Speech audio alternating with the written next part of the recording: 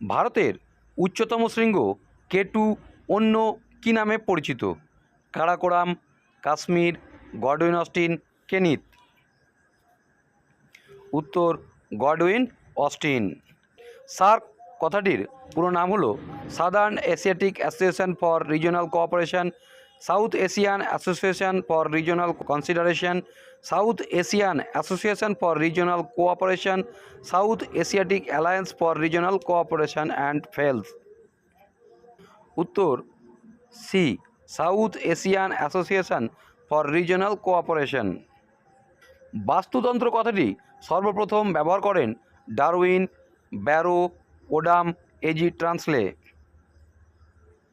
উত্তর এজি ট্রান্সলে। জীববৈচিত্র্যের জনক হলেন উইলসন, রসেন, পার্কার, লভজয়। উত্তর উইলসন। জীববৈচিত্র্য কথাটি সর্বপ্রথম ব্যবহার করেন Charles Darwin, Norman Myers, Robert Hooke, Walter Rosen. উত্তর ওয়াল্টার রোজেন।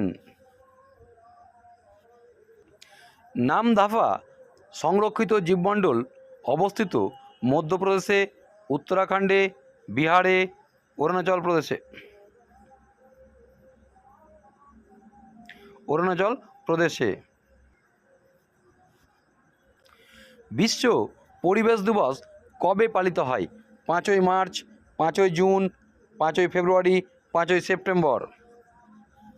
উত্তর 5ই জুন। ভারতে অরণ্য সংরক্ষণ আইন কবে প্রণয়ন হয়? 1980, 1972, 1990, 1992। উত্তর 1980।